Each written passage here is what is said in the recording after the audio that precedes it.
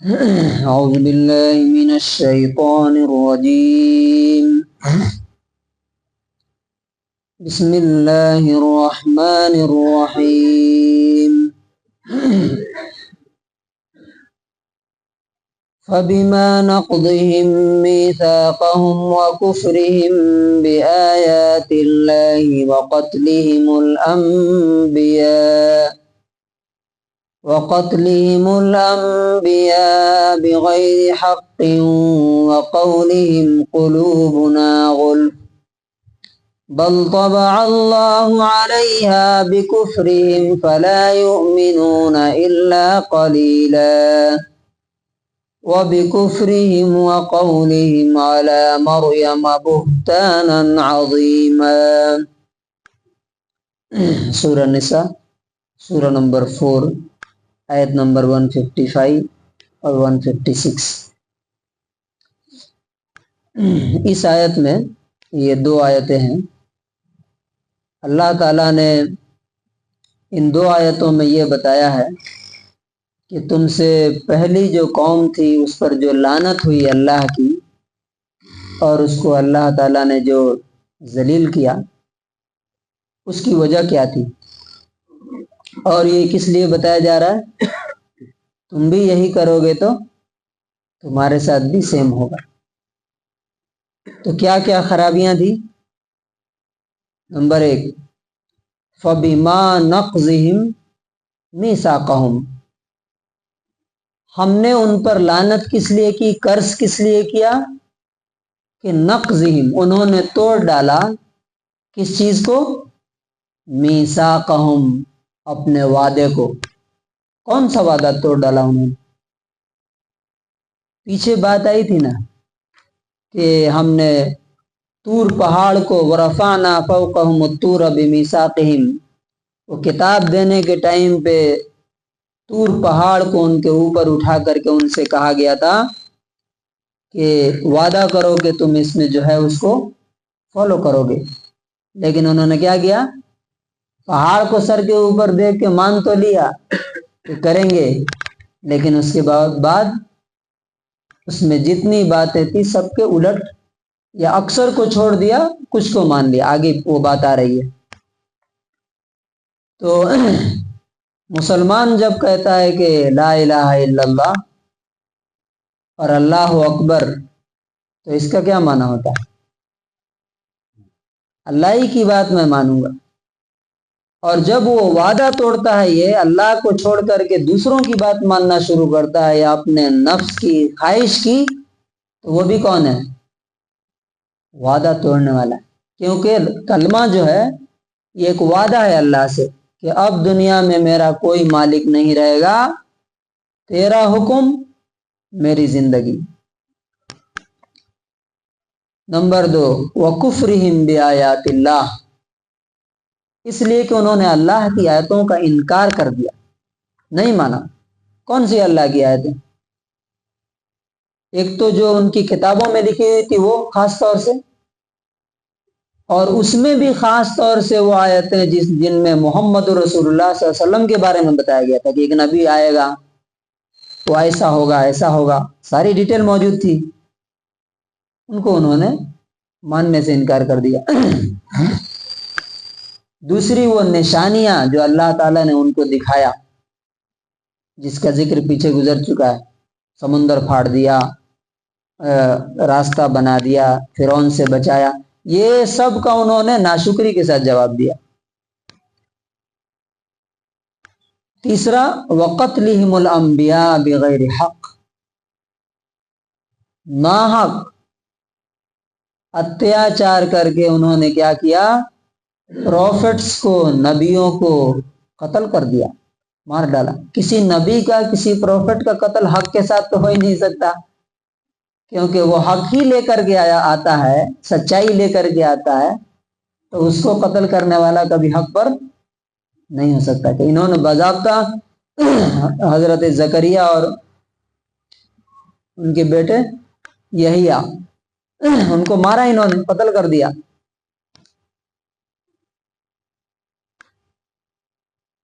اور چوتھی چیز، وَقَوْلِهِمْ قُلُوبُنَا غُلْفٌ، انہوں نے یہ کہا کہ ہمارا دل تو بالکل سیف ہے، محفوظ ہے، کور میں ہے۔ غلف کہتے ہیں غلاف، معلوم آپ لوگوں کو؟ غلاف کہتے ہیں پردے کو۔ یہ قرآن کے اوپر بھی غلاف چڑھاتے ہیں نا، کیوں چڑھاتے ہیں؟ کہ اندر دھول اڑ نہ جائے۔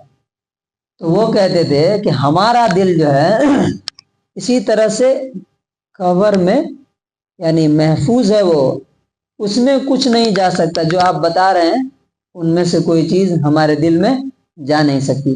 اور دوسرا اس کا مطلب یہ بھی مفسرین نے بیان کیا ہے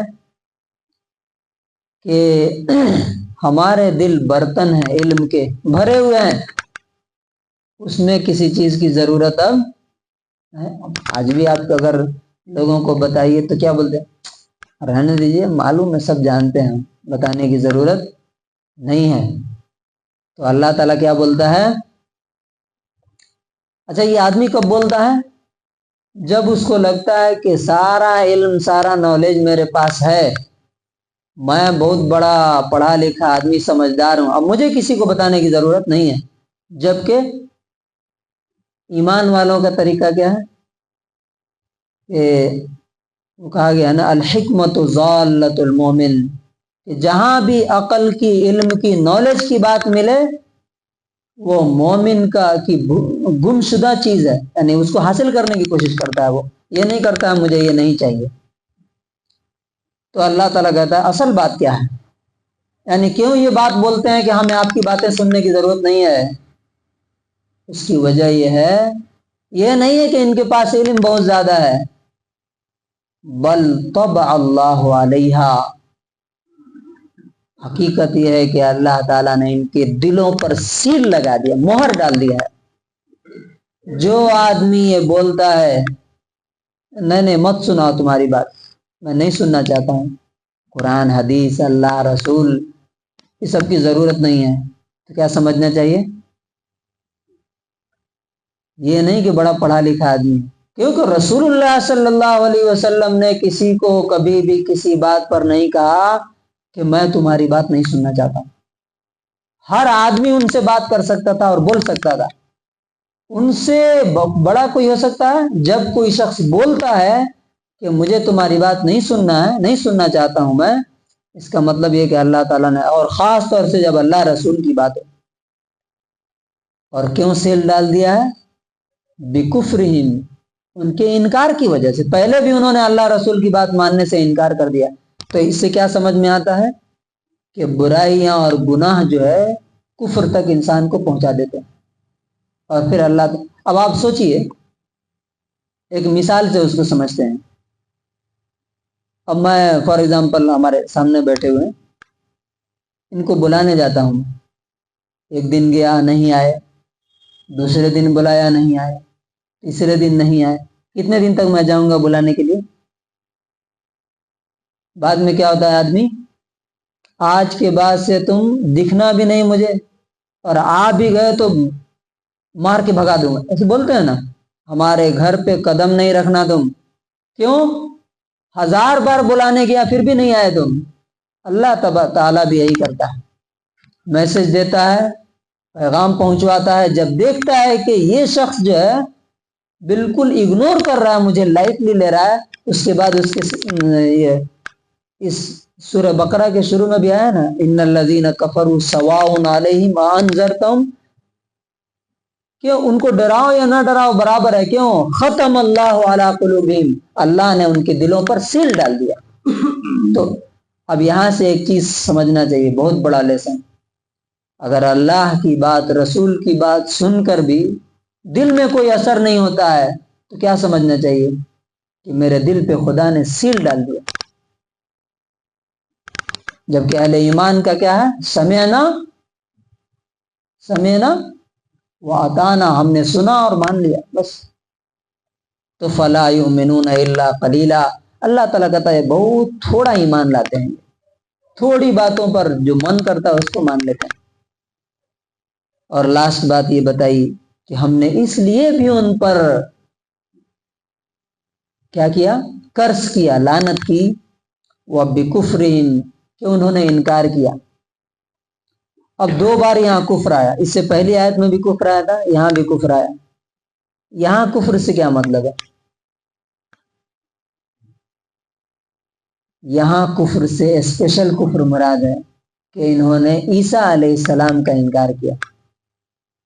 اس سے پہلے تو اپنی کتابوں کا انکار کیا، اور عیسیٰ علیہ السلام جب آ کر کے ان کو بتائے کہ میں تمہارا نبی ہوں اور جو تورات میں جو چیزیں ہیں وہی میں تمہیں یاد دلانے آیا ہوں، تو انہوں نے ان کا بھی انکار کر دیا کہ نہیں، تمہاری بات کی ضرورت نہیں۔ اور اتنا ہی نہیں کیا، بلکہ آپ دیکھیے گا کہ اگر کچھ لوگوں کو آپ بات بتائیے کچھ، تو آپ کی پرانی باتیں یاد دلائیں گے۔ تم کیا بات کرو گے، تم کیسے تھے ہمیں معلوم نہیں کیا، تمہارے اندر یہ کمی ہے وہ کس لیے؟ ڈیمورلائز کرنے کے لیے، تاکہ یہ بات کرنا کیا کرے، بند کر دے۔ تو انہوں نے کیا کہا؟ وَقَوْلِهِمْ عَلَى مَرْيَمَ بُهْتَانًا عَظِيمًا، مریم کے خلاف انہوں نے بہت بڑا بہتان، الزام لگایا۔ کیا الزام لگایا؟ ان کی ماں کو کیا کہا کہ زانیہ، نعوذ باللہ، غلط عورت۔ اور ان کو بولا کہ تمہاری ماں ایسی تھی، تم کیا بات کرو۔